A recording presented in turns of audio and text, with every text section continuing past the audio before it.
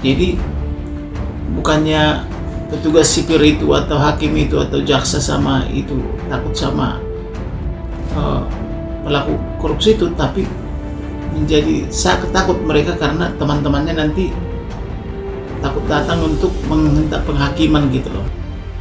Menanggapi kasus korupsi tambang timah yang menyeret Harvey Mois, pengacara Kamarudin Simanjuntak menyinggung soal hukuman mati bagi koruptor. Selain itu, Kamarudin juga menyebut Sandra Dewi yang merupakan istri Harvey bisa diancam dimiskinkan. Ia berharap keluarga pelaku korupsi timah dimiskinkan. Ia mengatakan lebih baik dihukum mati saja atau setidak-tidaknya dimiskinkan pelaku korupsinya, termasuk juga pasangannya, suami atau istrinya, orang tuanya, kakak adiknya, dan keponakan-keponakannya, atau semua keluarga itu yang diduga memiliki kaitan dengan dana korupsi tersebut. Pertambangan ilegal yang dimiliki oleh PT Timah, lahannya itu milik negara. Dalam hal ini PT Timah yang disuruh untuk mengelola.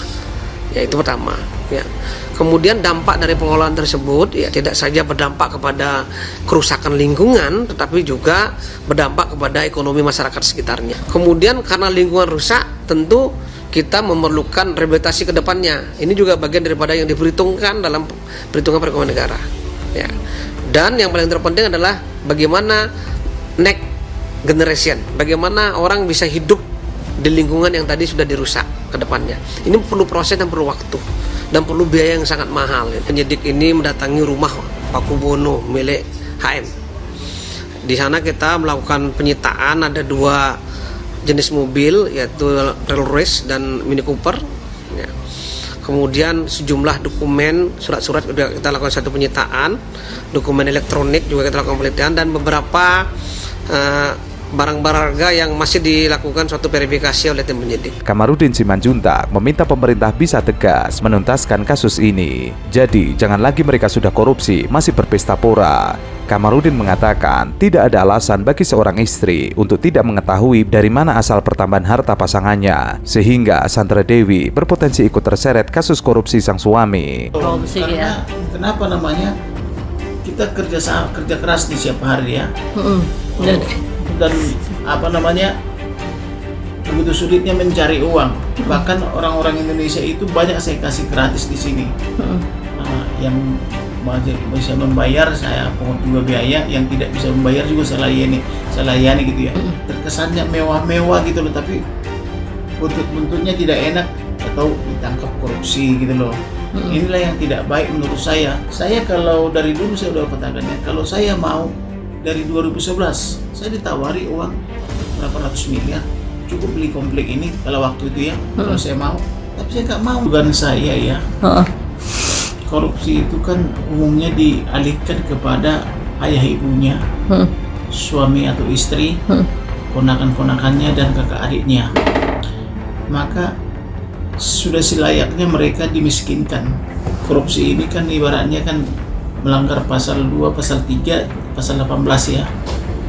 Tetapi kalau kita lihat selama ini di Indonesia sudah 24 tahun itu KPK, malah terkesan jaksa sama sipir itu terkesan takut sama pelaku korupsi itu.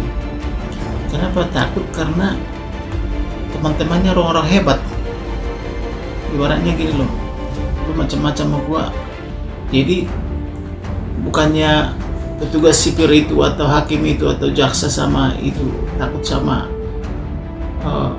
pelaku korupsi itu, tapi menjadi takut mereka karena teman-temannya nanti takut datang untuk menghentak penghakiman gitu loh. Sebelumnya, Kejaksaan Agung menyita mobil mewah milik suami Harvey Mois, suami dari Sandra Dewi, yang telah ditetapkan sebagai tersangka dugaan tindak pidana korupsi tata niaga komoditas timah di wilayah izin usaha pertambangan. Adapun mobil mewah milik Harvey Mois yang disita oleh penyidik Kejagung, yakni Rolls Royce dan Mini Cooper. Mobil Rolls Royce tersebut tiba di kantor Kejagung pada hari kemarin. Penyitaan mobil mewah itu dilakukan Kejagung setelah menggeledah kediaman Harvey Mois di kawasan Pakubuwono, Jakarta Selatan. Adapun mobil Rolls Royce tersebut diketahui merupakan kado ulang tahun ke-40 untuk Sandra Dewi dari suaminya Harvey Mois.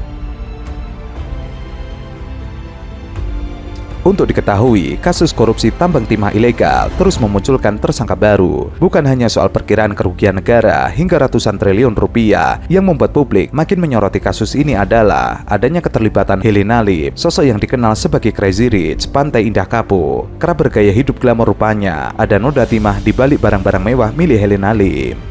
Dari yang biasa dulu, baju lah mungkin ya. Baju ya. Apa itu? Fendi. Fendi ini sekitar. Enggak, baju Hermes. Hermes.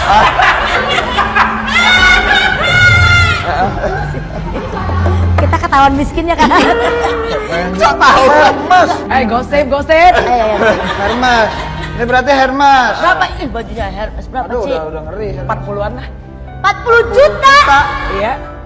Itu Gajinya kalau 2 tahun.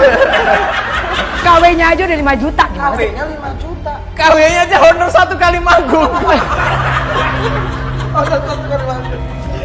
Apalagi? Anting. 100-an lah. 100 juta. Kanan doang. Kanan kiri. Kanan kiri. Pernah nggak sih mau ngasih 1? Kan gue berang sebelah kalau jalan begini dong. Cincin. Cincin dari Nah, jari. ini gede banget ini. Itu Ini 3 karat. 6. 6 karat. 6 karat. Salah mulu ya. Iya. Enggak sih, kamu. Mas.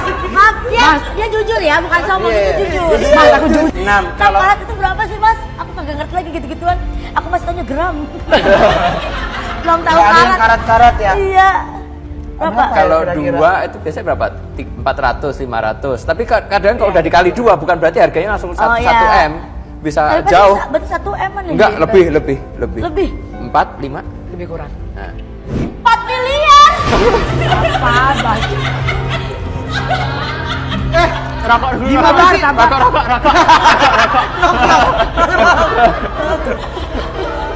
Gimana caranya ya hipnotis orang ya?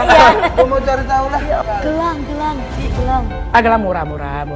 Tapi pasti Murah itu ratusan. Murah, satunya 70-an kayaknya. Perih mata gue ngeliat kekayaan orang. Merinding saya, Pak. Ini 50, 70. 100. Iya, satu kanan kiri. Jam tangan, sabar pemirsa. Jam tangan apa dulu? Jam tangannya itu ya Allah. Apaan sih? Patek Kulit buaya. Iya, patek. Ya Allah. Selain itu, Kejagung menyebut peran Herfi Mois suami Sandra Dewi sangat sentral, yaitu dengan cara mengumpulkan petambang ilegal dan melakukan modus menyewa peleburan timah atau smelter, yang selanjutnya mengumpulkan keuntungan dari perusahaan smelter itu sebagai dana CSR yang turut melibatkan Helena Lim. Padahal keuntungan tersebut dibagi untuk Herfi dan sejumlah tersangka lainnya. Herfi sebagai perpanjangan tangan PT RBT kong kali kong dengan bos PT Timah ex-direktur utama PT Timah Mokhtar Riza Fahlevi Tobroni, yang juga sudah ditetapkan sebagai tersangka untuk mengakomodasi kegiatan pertambangan ilegal di wilayah LUP PT Timah.